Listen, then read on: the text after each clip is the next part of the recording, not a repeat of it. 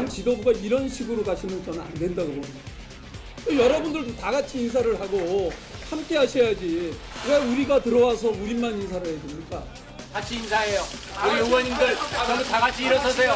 각자 다른 장소에서 회의를 했던 여러 정당들이 오늘 한 자리에 모였습니다.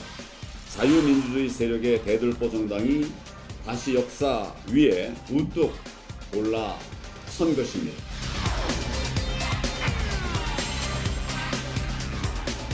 미래통합당은 민주주의도 정당 정치도 국민의 눈초리도 체면도 염치도 모두 다 버렸다고 저는 생각합니다. 미래통합당의 역주행의 정치를 멈출 수 있는 분들은 오직 국민 여러분밖에 없습니다.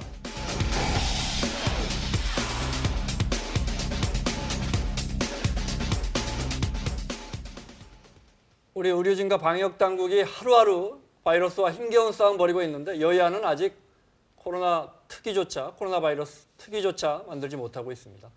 자, 국민대 홍성걸 교수, 김성환 시사평론가 함께하겠습니다. 어서 오십시오. 네, 안녕하세요. 강서갑 이야기 좀 하겠습니다. 민주당 금태섭 의원 지역구고 김남국 변호사 그동안 저희 프로에도 여러 번 출연했고 조국 전 장관에 대해서는 매우 우호적이었고 백서에도 참여했던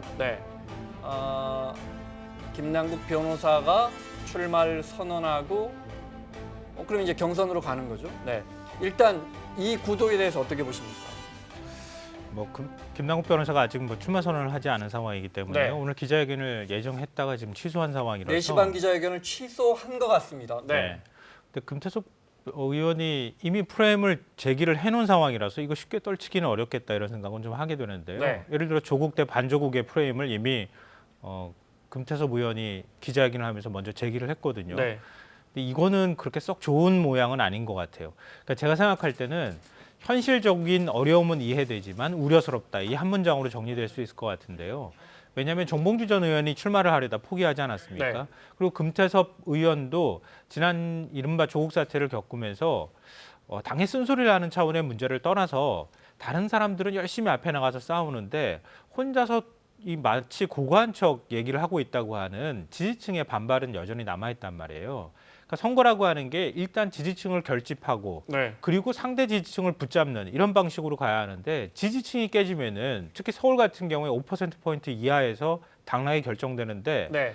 금태섭 의원이 만약에 공천이 될 경우에는 지지층이 깨질 가능성이 있다는 거죠. 그런 점을 민주당에서 우려했을 것 같다. 그래서 일단 경선을 거치고 난 다음에 살아남는 사람을 통해서 지지층을 결집하고 선거를 치러볼 만하겠다 이렇게 판단한 것으로 보이는데 우려스럽다고 한 점은 조국 대 반조국이라고 하는 프레임인데요. 민주당 내 지지층 사이에서도 좀 피로감을 호소하고 있는 사람들이 많고 특히나 부동층 사이에서 좀 거부감을 느끼는 층이 꽤 있을 거라고 보거든요. 그런 층에서 이번 프레임을 어떻게 생각할까? 서울 지역 전반에 선거에 영향을 미칠 우려가 있다라고 하는 점에서 제가 말씀드린 겁니다. 첫 질문 길게 답하셔서 교수님도 길게 답하실 것 같은데요. 네. 짧게 자, 그래도 이걸 여쭤봐야겠습니다. 네. 결과적으로 그 프레임에 대해서 우려를 먼저 제기하셨고 결과적으로 그래서 조국 전 장관 편들던 변호사와 검찰개혁이나 조 전 장관에 대해서 비판적인 금태섭 의원이 경쟁을 하게 되는 구도가 돼버렸어요. 네, 그렇습니다. 근데 이거를 그런 그 선거 전략이나 혹은 그 특정 정당의 지지자 입장이라고 생각하면 이게 문제가 상당히 심각해집니다. 왜냐하면 많은 국민들은 조국 전 장관에 대한 판단을 네. 상식과 원칙에 부합하느냐 안 하느냐를 가지고 보고 있는 거예요. 그리고 금태섭 전 의원이 더불어민주당의 당론에도 불구하고 전 의원이 아니죠. 현 의원이 그렇습니다. 네. 이 당론에도 불구하고 조국 전 장관에 대해서 묻지마 지지를 보내라라고 하는 것이 사실상 당론이었잖아요. 당론에도 불구하고 원칙과 상식에 부합한다고 생각하는 국민들이 많았던 겁니다. 유권자들이. 자, 이런 상태에서 반대로 이제 이 조국 전 장관이 옳았다라고 하는 지금 김남국 변호사가 나온 거예요. 그것이 본이든 아니든 간에. 그래서 만약에 김남국 변호사를 공천을 한다라고 한다면 누가 봐도 그때도 그랬잖아요. 손 봐야 된다. 이해찬 대표가 혼내줘야 된다라고 하는 얘기를 직접 했어요. 그러니까 아하, 저 정당은 이게 원칙과 상식의 문제가 아니라 그저 하명하면 그냥 무조건 따르는 그런 집단이로구나라고 보는 지금 상황이 돼버린 거예요. 근데 그거를 누구도 아니고 진중권 씨가 얘기를 또 했고 강조를 한 겁니다. 그러니까 판단은 민주당이 하겠죠. 그 판단을 네. 하게 되면 그러면 유권자도 역시 또 판단을 할 겁니다. 선거철이 다가와서 표현하는 게 다 조심스럽습니다. 그런데 금태섭 의원이나 조응천 의원이나 당과 조금 다른 특히 검찰개혁이나 공수처 같은 경우에 기권했을 거예요. 금태섭 의원이. 네. 이런 의원분들이 뭔가 당에서 뭐 왕따가 된다고 할까요? 그런 분위기가 느껴졌거든요. 최소한 당이 다른 목소리를 내는 의원들을 포용하는 모습은 못 보여준 것 같아요. 그동안. 네. 근데 이게 이제 그 임미리 교수 문제 칼럼 쓰고 난 다음에 그다음에 선거법으로 고발한 문제하고 연결이 되기 때문에 오히려 폭발력이 커질 가능성이 있는 건데요. 네. 그때도 얘기가 나왔던 게 민주당이 이 정도도 참을 수 없는 거냐, 옹졸하다고 하는 표현이 있었어요. 옹졸하다, 오만하다. 그러니까 이 문제랑 같이 연결이 되게 되면 폭발력을 가질 수도 있다고 생각이 되거든요. 근데 이런 문제들이 자꾸 누적이 될 경우에 민주당에 대해서 심판론이 작동할 가능성이 있다는 거죠. 그런 면에서 상당히 좀 우려스럽고요. 또 하나는 우리가 이제 과거 경제민주화를 선거 전략으로 사용할 때 얘기들을 네. 많이 하잖아요. 선거라고 하는 과정은 상대의 가치를 먼저 선점하고 뺏어오는 과정이 필요한 거거든요. 그러니까 그때 한나라당에서 경제민주화를 먼저 내세우고 난 다음에 민주당의 진보의 가치를 먼저 빼앗아 버렸잖아요. 그래서 결국 박근혜 대통령이 당선될 수 있었던 거거든요. 그러니까 지금도 역시 마찬가지입니다. 민주당의 입장에서 민주당의 가치만 얘기할 게 아니라 상대편에 있는 가치를 뺏어오는 작업을 해야 되는데 지금 민주당의 모습은 자기 지지층 안에 머물러 있는 것 아니냐라고 생각할 수 있고 또 오만하다고 하는 그런 식의 국민들의 여론이 조성될 가능성이 있다. 그런 점에서 제가 좀 우려스럽다고 말씀드린 한 겁니다. 걸음만 더 들어가 볼게요. 지난해 자유한국당이나 보수 진영 패널 분들께 제가 이 질문 많이 했던 것 같습니다. 왜 자꾸 그 중도층의 표심 잡을 생각하지 않고 저쪽 집토끼 잡을 생각만 하고 그쪽 좋은 말 행동만 하십니까라는 질문 많이 드렸는데 김남국 변호사는 열렬 지지층 사이에서는 매우 속 시원한 이야기한다 이렇게 지지를 받고 있는 사람입니다. 네. 근데 이런 사람이 내려오면 그럼 중도층의 표심은 선거는 중도층의 표심을 잡아야 되는 게임이잖아요. 네. 그래 김남국 변호사도 알거든요. 그래서 네. 선거 출마하게 될 것 같다고 하는 얘기를 제가 굉장히 오래전에 얘기를 듣기도 했었고요. 오늘 또 페이스북에다가 글을 쓰기도 했더라고요. 네, 네. 금태섭 의원은 골리앗이고 나는 다윗이다. 금태섭 의원이 뭐가 겁난다고 나한테 대해서 조국 대 반조국의 프레임을 얘기하고 있느냐. 나는 네. 그냥 청년 정치인으로서 공정한 경쟁을 원한다. 김 변호사는 조국 대 반조국 프레임이 절대 아니라는 네, 거죠. 네. 그러니까 그런 식으로 나는 접근하는 것은 아닌데 왜 네. 나를 이런 식으로 그 프레임을 제기하느냐 이제 이런 것에 대한 불만의 목소리와 함께 공정한 경선이 되도록 해달라 이렇게 요청하는 듯한 그런 네. 글을 이제 올리기도 했는데요. 그러니까 민주당 입장에서는 그러니까 당연합니다. 지난번에 이제 보수적 진영에서 굉장히 이제 비판을 받았던 부분이 그 부분인 건데 네. 부동층이라고 해서 사실은 지금 한 30% 정도 잡히잖아요. 30% 잡히는 부동층이 전부 부동층이라고 볼 수는 없거든요. 어느 양쪽으로 이렇게 갈라져서 갈 수 있는 부동층이 한 그 안에서 30%씩 있고 진짜 부동층은 한 30% 있다고 봐야 되거든요. 네. 근데 민주당 쪽에 기울어져 있는 그 부동층이 실망하고 떠나게 되면 선거에서 질 가능성이 있다는 거죠. 네. 그러니까 민주당이 자기 지지층을 확고하게 결집시키는 것도 매우 중요하지만 특히 서울 선거에 있어서는 부동층을 잡는 게 매우 중요하다. 그래서 제가 말씀드렸던 게 상대의 가치를 자꾸 뺏어오는 작업을 해야 된다는 말씀을 드렸던 겁니다. 어떻게 보십니까? 민주당 똑같은 질문 드리겠습니다. 민주당에서 물론 뭐 당에서 결정한 게 아니고 김남국 변호사가 이제 저쪽을 원했다는 말이 나오고 있는데 네.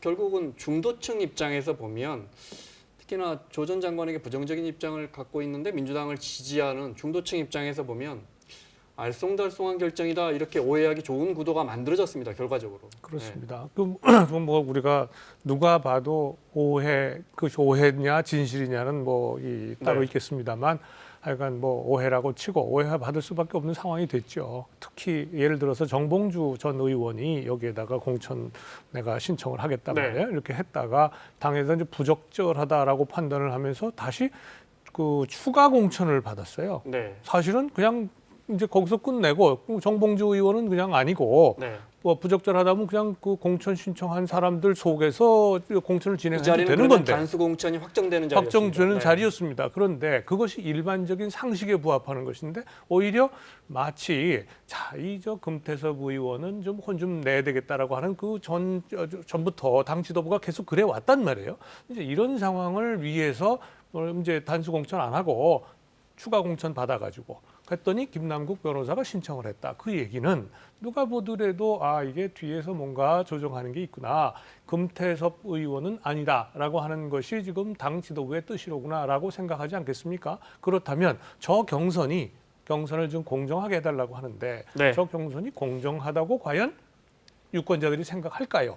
그것이 이제 아까 말씀드린 상식과 원칙에 부합하느냐라고 하는 문제입니다. 알겠습니다. 자, 근데 이 부분은 네네, 제가 말씀 간단하게. 왜냐하면 네. 틀린 얘기이기 때문에요. 왜냐하면 민주당 당규상 현역 의원은 그 경선이 기본 원칙입니다. 그래서 단수 공천을 안 주고 다른 의원들도 전부 우상호 의원이나 우원식 원칙이 의원 네. 한 명만 남으면 반드시 경쟁자를 붙이게끔 되어 있습니까? 그러니까 현역 네. 의원들은 반드시 경선을 붙여가지고 그 다음에 현역일 경우에. 공천을 하도록 그렇게 기본적인 원칙은 돼 있다고 알겠습니다. 합니다. 그러니까 의도적으로 비웠다가 마치 자기 공천을 하는 것처럼 김남국 변호사를 집어넣은 것은 아니라는 아니다. 거죠. 네, 네. 알겠습니다. 미래통합당 귀에 좀 익으십니까? 네, 미래통합당 이야기 좀 하겠습니다. 네, 오늘 의총에 어제 이제 출범하고 오늘 의총에서 3년 동안 헤어졌던 가족들이 다시 만났습니다. 네, 서먹서먹 할 거라고 예상을 했는데 화면으로 보겠습니다. 김순례 의원 지나가고요. 네, 자 이혜훈 의원이랑 저 서초 박성중 의원 옆에 같이 보이고요. 네.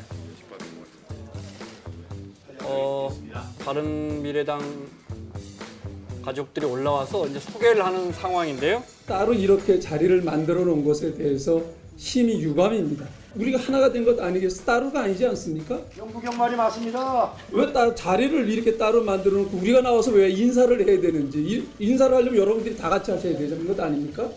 우리는 다 같이 미래통합당을 만든 사람들입니다. 아니 잠깐 그러면은 여기 잠깐 정 의원님 같이 인사해요. 우리 의원님들 저는 다 같이 일어서세요. 좋습니다. 예, 승의원님 제 구령에 맞춰서 인사를 서로 하시고요. 자, 앞으로 미래 하나로 통합 미래 아슬아슬했지만 잘 봉합이 됐고요. 보기 좋게 봉합이 됐고요. 네.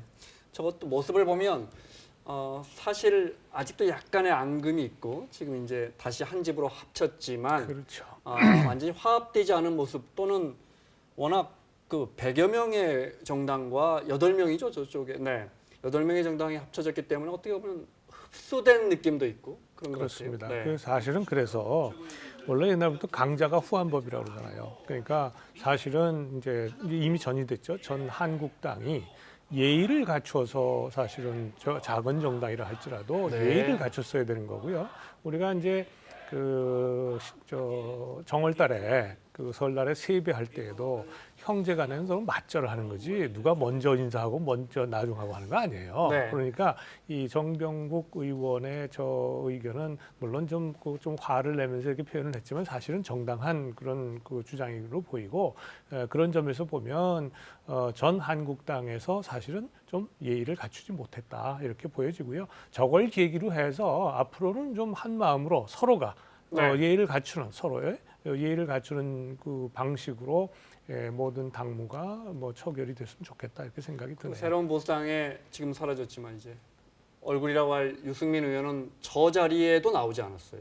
이건 어떻게 해석하십니까? 그거를 많은 분들이 뭔가 지금 유승민 의원이 불편하다 또 이 저항을 생각하고 있는 건 아니냐 뭐 이렇게 보고 있는데 글쎄요 그렇게 볼 수도 있어요 틀림없이. 네. 그러나 지금 모든 조건 없이 지금 통합을 지금 먼저 제의를 했단 말이에요 유승민 의원이 사실은. 네. 그래서 그런 사람이 과연 자리에 안 나가는 것을 뭔가 불편하고 뭔가 불만이 있는 걸 표현하기 위해서 안 나갔다라고 하는 것이 상식적으로 그 해석이 맞을까 하는 생각이 제가 드는 거예요.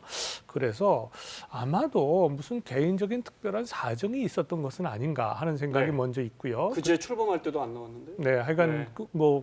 그게 그 사정이 뭐 좀 심각한 것이라면 아마 계속적인 그런 상황일 수도 있는 거죠. 그 다음에 또 하나는 뭐 그런 개인 사정이라고 하는 측면과 두 번째는 이제 모든 걸 내려놨으니까 당신네들이 알아서 하라 이런 의도일 수도 있고요. 그 다음에 세 번째가 네. 이제 지금 일반적인 것처럼 뭔가 불만이 있는 것 아니냐, 불만을 얘기하는 것 아니냐 이렇게 다양하게 해석될 수 있는 지금 모습이긴 합니다. 유승민 의원 측에서 제가 한번 생각을 해볼게요. 네. 개혁 보수하자고 했는데 새 살림을 차려놓고 보니까 이게 개혁 보수인가?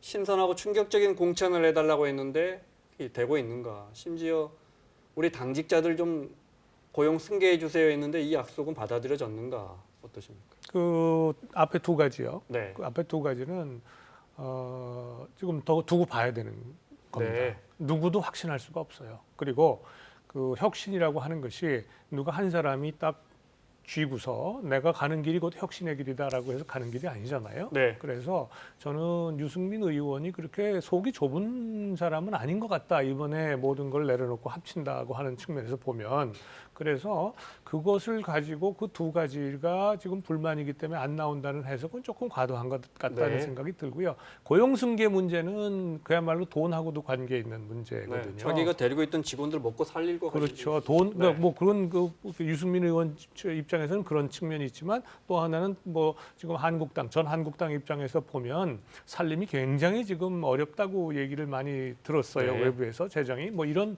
여러 가지 측면에서 보면 쉽게 그렇게 답할 성질 것은 아니다 이렇게 보여지네요. 네. 말씀 이어가겠습니다. 저희가 구성 본 다음에 김성환 평론가 의견 듣겠습니다. 자, 자유한국당과 새로운 보수당이 합쳐져서 이제 미래통합당이 만들어졌습니다. 3년 전이죠. 탄핵하면서 헤어질 때 모습부터 다시 합칠 때 모습까지 잠깐 영상으로 보겠습니다. 2017년에 이제 16년 말부터죠. 탄핵과 맞물려서 여기 이제 바른정당이 출범합니다. 29명의 의원이 뛰쳐나왔죠. 장닭이 새벽을 깨우듯이 올바른 나라를 만들기 위해서 바른정당이 태어났습니다. 하지만 2017년 5월 대선 직전에 13명의 의원이 다시 자유한국당으로 돌아갑니다. 네. 오늘 바른정당 소속 국회의원 13명은 보수 단일화를 통한 정권 창출을 위해 바른정당을 떠나 자유한국당 홍준표 후보를 지지하기 위해 이 자리에 함께 하고 있습니다. 그리고 대선에서 문재인 대통령이 당선되자 보수정당에서는 다시 통합 이야기가 나왔는데요. 바른미래당이 출범하죠. 네, 유승민 의원과 안철수 전 대표가 함께하게 됩니다. 전국의 모든 광역과 기초 지역에 바른미래당의 후보를 내겠습니다. 하지만 바른미래당은 물론이고 자유한국당이 또 지방선거에서 참패합니다. 우리는 참패했고 나라는 통째로 넘어갔습니다. 모두가 제 잘못이고 모든 책임은 저에게 있습니다. 그리고 총선을 앞두고 보수 진영의 합당 논의가 계속됐고 총선을 58일 앞둔 어제 미래통합당이 출범했습니다. 네. 교수님은 아직 더 지켜봐야 한다는 거고요. 네, 통합은 됐지만 뭐 어떻게 보면 미완이고 근데 더 지켜봐야 한다는 것이고요. 네, 지금 평가하기는 이르다는 거고요. 네. 네, 물론 뭐 앞으로 어떻게 하는지 네. 또 어떤 정책들을 더 내놓는지 좀 지켜봐야 할 부분이 있다고 생각하는데요. 그 지난했던 3년의 시간을 또 생각해 보면 네. 뭐가 변했나라고 하는 질문을 안 던질 수가 없는 거죠.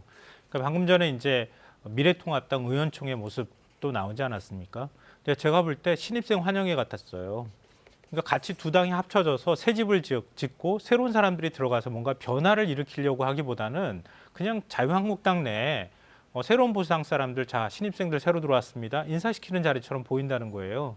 이게 저는 유승민 의원이 이런 통합도 하는 어떤 의원총회라든가 아니면 출범식에 참석하지 않는 이유라고 생각하거든요. 그러니까 유 의원이 그동안에 얘기해왔던 게 새집 짓는 거 말고 혁신 보수 만들자고 하는 것하고 탄핵에 강 건너자고 한 거였는데 그 다 어떻게 됐는지를 알 수가 없어요. 물론 앞으로 공천 과정을 통해서 어떻게 보여주는지 물갈이를 하는지 이건 또 봐야 하겠지만 공천도 TK에서 과연 어느 정도 할지 아직까지는 알 수 없고요.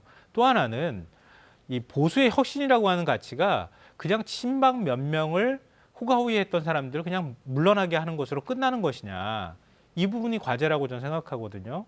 근데 지금 얼마 전에 그 자유한국당에서 그 선거 공약 내놓은 거 보면 이른바 과거의 줄푸세 공약하고 별반 다르지 않은 공약 내놓는다거나 그리고 또 대북 공약과 관련되어 있는 거 보면은 핵무기와 관련되어 있는 배치 문제를 그냥 서슴없이 얘기한다거나 이런 게 과연 보수가 혁신하고 있는 것이냐. 저는 달라지지 않은 모습이라는 거죠. 그래서 도로새누리당 얘기가 나오지 않을 수 없다는 생각이 듭니다. 도로새누리당 질문도 드리겠습니다. 이제 흔히들 말씀하신 것처럼 이 통합을 논의할 때 과연 탄핵까지 갔을 때의 자유한국당을 돌아보면서 통합된 것이냐, 혁신했느냐, 사람이 바뀌었느냐를 물어보는데 그 지적은 알겠습니다. 그런데 보면 연일 자유한국당에서 불출마 선언이 나옵니다. 오늘도 나왔고요. 합쳐보면 거의 18명이 지금 19명이 네. 오늘까지 포함하면 네. 저희가 생각지도 못했던 분들이 제가 잘못했습니다 하고 내려놓는 모습을 보여주고 있거든요. 네, 사실은 민주당에서 이 정도까지는 생각 못했을 것 같아요. 그 민주당이 이제 긴장을 해야 되는 상황이라고 하는 게 바로 이런 건데요. 처음에는 민주당에 불출마하는 의원들이 많이 나왔어요. 예를 들어 여상규 의원 안 나올 거라고 생각하셨습니까? 여상규 의원도 사실 예측 못했었던 네. 상황이거든요. 왜냐하면 법사위원장 맡고 그동안에 보여줬던 모습을 보면 네. 불출마 선언을 할 것 같아 보이진 않았기 때문에. 근데 또 여상규 의원이 또 뭐 탄핵에 대해서 어떤 책임이 있느냐 이렇게 물어보면 물론 또 그렇게 그것도 또 하면 얘기가 아닌데요. 길어지는데 네. 김용호 공관위원장이 TK 지역 의원님들한테 전화 다 돌렸다는 거 아니에요? 물러나시라고 권유했겠죠. 네. 또 PK 지역 의원들 공천 심사하면서 잠재할 생각하지 말아 했다는 거 아니에요? 네. 네. 뭔가 바뀌고 있는 움직임이 있어요. 그러니까 이게 굉장히 중요한 겁니다. 네. 그동안에 바뀌지 않았다 하더라도 지금 바뀌어가는 모습, 뭔가 기대를 심어주는 모습으로 자꾸 가고 있다는 거예요. 지금 미래통합당이나 보수진영 쪽에서는. 근데 민주당은 뭔가 너무 조용해요. 제가 볼 땐. 네. 그러니까 지금 불출마 선언한 의원, 물론 불출마 선언하고 물갈이가 뭐 그게 뭐 지고지순한 가치가 되는 것은 아닐 수 네. 있겠지만 그래도 변화하고 역동성 있는 모습을 보여줘야 하는데 지금 그런 모습들을 못 보여준다는 겁니다. 그래서 일각에서는 이해찬 대표 체제가 이제 다 된 거 아니냐 이런 얘기도 나오고 선대위 체제를 조기에 전환해야 된다는 얘기가 지금 나오고 있고 전환한다는 얘기가 나오잖아요. 뭔가 의사결정이 지금 삐걱대면서 잘 안 되고 있다. 그러니까 민주당의 선거 준비가 어느 순간부터 엉클어지기 시작해서 제대로 지금 뭔가를 대응하지 못하고 있다라고 하는 것을 지금 단적으로 보여주는 것이고 이 흐름이 앞으로 한 2달 정도 이렇게 쭉 가잖아요. 진짜 가랑비에 옷 젖는다고 하는 것처럼 네. 지난번 20대 총선 때 2016년 때 민주당이 잘해서 이겼다기보다는 당시에 새누리당이 못해서 이긴 선거였거든요. 지금 거꾸로 민주당이 못해서 미래통합당한테 선거 승리 갖다 줄 수 있는 상황도 될 수 있을 네. 거라고 생각합니다.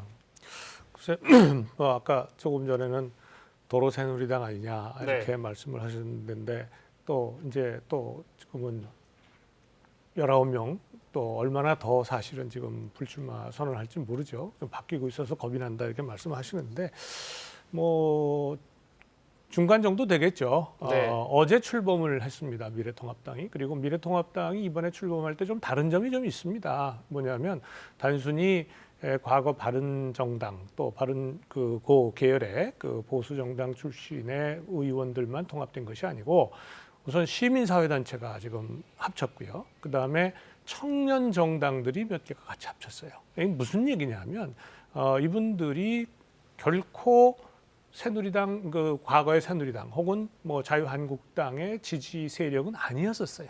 그런데 반대로 지금 돌아선 겁니다. 오죽하면 이건 안 되겠다라고 해서 문재인 정부에 대해서 이건 안 되겠다. 자, 이런 상태로 돌아섰고요. 얼마나 혁신될까? 말씀하신 것처럼 저도 거기에 아까 말씀을 두고 봐야 한다고 말씀드렸지만 앞으로 지금 현재 TK 지역에 얼마나 지금 불출마 선언과 함께 쇄신, 혁신의 노력이 나오느냐라고 하는 것은 앞으로 한 며칠 동안 두고 봐야 될 겁니다.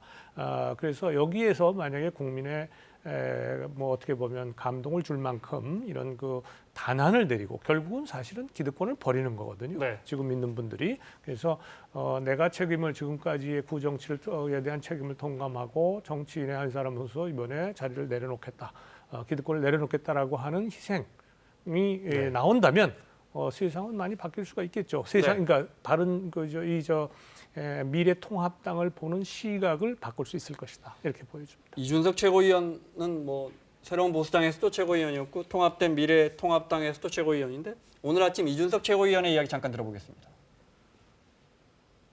사실 많은 분들이 도로새누리당이라고 비판하거든요. 근데 저는 도로새누리당보다 지금 못한 상태라고 봐요, 지금. 그때는 사실 아주 막강한 대선 주자도 있는 상황이었고 무엇보다도 뭐 여당으로서의 위치도 있었고 지금보다 훨씬 나은 상황이었죠. 새누리당과 비교하면 이건 도로새누리당이 하지만 거기도 못 미친다 이런 말씀이시네요. 도로새누리당이라고만 해도 막강하죠. 그러니까 저는 그 정도면 찬사인데 저는 지금 새누리당에 비해서는 한참 못한 상태로 지금 출범한다 이렇게 보고 있습니다.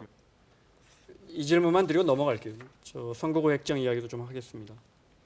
그 지금 도로새누리당이냐 그 질문을 또 도로 드리네요. 새 인물 있습니까? 이제 두고 교수님 봐야죠. 보시기에 지금 이 인물이 있지 않느냐? 미래통합당에 이런 인물이 있다. 또는 새 정책이 있습니까? 지금 새 정책은 이제 아까 잠깐 말씀하셨는데 과거에 줄푸새 정책하고 뭐가 다르냐라고 얘기하지만 줄푸새 정책이라는 게 핵심은 사실은 말을 그렇게 붙여서 그런데 핵심은 뭐냐면 시장 경제, 자유주의 시장 경제라는 얘기 아니에요. 경제는 시장에 맡기자는 겁니다. 줄푸새 핵심은 마찬가지예요. 그래서 지금 정부가 워낙 정부 주도의 경제 정책을 하다가 보니 경제가 결단이 났단 말이에요. 모든 사람들이 좀 살기 어렵다고 죽겠다고 아우성치고 있잖아요. 그러니까 그때로 돌아가야 되는 건 분명한 사실이에요. 그러니 과거하고 동일한 정책이라고 해서 무조건 나쁘다라고 할 수 없는 거죠. 당연히 그 상황에 따라서 정책이 달라지는 거고요.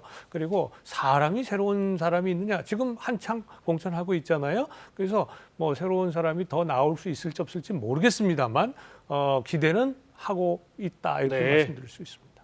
그러니까 지금 뭐 이준석 최고위원의 얘기는요. 핵심은 그겁니다. 그러니까 지금 자유한국당이 미래통합당으로 바뀌는 과정에서 혁신이라고 하는 가치가 사라져버려서 차라리 이럴 바에는 새로운 보수당과 자유한국당을 그대로 둔 상태에서 선거연대를 그냥 하는 게 오히려 보수의 지평을 확장하는 방식으로 더 나은 유효한 방식이 아니었느냐 이런 부분에 대한 비판인 것 같고요. 그 혁신의 가치에 이제 포함되어 있는 게 과거에 그 박근혜 정부 시절에 유승민 당시 원내대표가 지금 이거 증세 없는 복지가 가능하겠느냐 이렇게 국회에서 교섭단체 연설했잖아요. 그런 가치에 관한 문제랑 연결이 된 것 같아요. 근데 그 지금 미래통합당이 어떤 정책이나 방향으로 인식되고 있는 부분이 뭐냐면 황교안 대표가 민분홀이라고 하는 제시한 부분들하고 그동안에 발언한 내용이에요. 외국인 노동자들은 대한민국 사회에 아무것도 기여한 바가 없다. 한국 사회는 너무 조금 일한다. 더 많이 일해야 된다. 이런 식의 얘기들로 치환되고 있다는 거예요. 그러니까 그런 부분들을 국민들이 자꾸 인식하고 있기 때문에 자유시장 경제에 관한 부분뿐만 아니라 행복의 가치를 추구해야 되는 것인데 그런 부분을 너무 등한시하는 거 아니냐라고 시간 하는 때문에 얘기죠. 저 1분밖에 남지 않아서 선거구 획정 이야기 잠깐 하겠습니다. 저희가. 교수님 무슨 말씀하시는 건지 죄송해요. 다음 주에 다시 한번 그렇게 하시죠. 그렇게 하시죠. 경제 이야기 나오면 저도 드리고 싶은 말씀이 많은데 선거구 획정 이제 57일 남겨놓고 이제 어느 지역구로 해야 할지 저희가 지도를 선을 그어야 하는데 지금 우리 국회가 아직 그것도 못하고 있습니다. 여야 입장 잠깐 볼까요? 13만 9천 명으로 자르자는 거고 미래통합당은 14만 명으로 자르자 이런 거예요. 김성환 평론가의 쉬운 설명을 좀 듣겠습니다. 이게 지금 그 표의 등가성에 관한 문제인데요. 헌법재판소 판결로 표의 등가성을 2대1로 만들었습니다. 그러니까 한 지역구의 인구가 다른 지역구의 절반이 되거나 그 배에 되거나 그 두 가지 중에 하나만 그 사이 안에 들어와야 된다는 거예요. 그러니까 지금 28만 명인 순천에서도 한 명 뽑고 어디 14만 명인 곳에서도 한 명 뽑으니까 그게 2배를 넘어서면 안 된다. 그렇죠. 국민이 생사하는 표는 똑같은 가치를 가져야 되는데 어떤 지역구에는 가치가 굉장히 낮게 평가되고 어떤 데는 가치가 높게 평가되는 건 말이 안 된다. 이렇게 판결을 한 건데요. 그게 이제 2대1이라고 하는 건데요. 지금 그 하한선을 어디로 끊느냐에 따라서 지역구가 없어지는 것도 생기고 지역구를 더 분할해야 되는 것도 생긴다는 거죠. 그 저기 정읍 고창의 유성엽 의원 지역구를 살려주기 위해서 민주당이 그런다. 전에 왜 패트할 때 그쪽 지역 의원들이 도와줬으니까 그것도 설명해 주시면. 그러니까 지금 김제 부안이 주로 이제 화두가 되는 모양인데요. 네. 거기가 한 몇백 명 빠지는 14만 명이에요. 근데 동두천, 연천이 또 이제 자유한국당 쪽에서는 그거를 하한선으로 정해야 된다고 하는데 그건 또 몇백 명 넘는 14만 명입니다. 네. 네. 그러니까 그 어느 점을 선택하느냐에 따라서 자신 어느 장에 유리하느냐 네. 이게 이제 판가름이 나기 때문에 그 부분에 대해서 이제 서로 힘겨루기를 하고 있는 거죠. 교수님 말씀 듣고 마무리해야겠네요. 네, 이게 사실은 과거의 선거법에서는 3배까지 가능했었어요. 근데 네. 이제 위헌 판결이 나서 2배 이내에 맞춰라 이렇게 된 거고요. 하한선을 어떻게 잡느냐에 따라서 지금 말씀하신 것처럼 유리하고 불리하고 한 지역구가 지금 생기게 돼 있습니다. 네. 없어지는 지역구 또 새로 만들어지는 지역구. 네. 자, 이러다 보니까 각 정당이 쫙 계산을 해보는 거예요. 그래서 자기한테 유리한 선을 하한선으로 만들자라고 지금 주장하는 겁니다. 이제는 결국 이 정당에 맡겨 놓으면 항상 역대 선거 볼 때마다 항상 선거구 획정은 가장 마지막에 네. 될 수밖에 없어요. 주고받고 타협을 하겠죠. 뭐 흔히 게리맨더링이라고 뭐 학교 다닐 때 일단 배운 뭐 것 같은데. 얘기하죠. 네. 그런데 그래서 사실은 이 그 선거구 획정을 네. 이렇게 정당으로부터 따로 띄어가지고 뭐 정치학회든지 아니면 뭔가 새로운 그 이 중립적인 기구를 만들어서 네. 만들자라고 하는 얘기까지도 나옵니다. 그래서 계속 그 선거구 획정은 선거할 때마다 바꿀 수밖에 없는 거고 네. 이런 상황이 계속되기 때문에 뭔가 객관적이고 우리 유권자들이 동의할 수 있는 이런 그 기준을 만드는 것이 좀 필요하다. 차제. 선거구 네. 지역구 획정하는 걸 아예 국회가 하지 말고 네. 그러면 다른 데로 넘겨 그 그렇습니다. 결정도 넘겨주는 결정도 국회가 해야 되는 되죠. 거죠. 법으로. 근데 선거구 획정위원회 추천도 또 국회가 지금 하도록 국회가 했어요. 지금 하고 있어요. 그래서 이런 그러니까 문제가 결정을 생기는 못 거예요. 하는 거예요. 알겠습니다. 자, 홍성걸 교수, 김성환 평론가와 함께했습니다. 수고하셨습니다.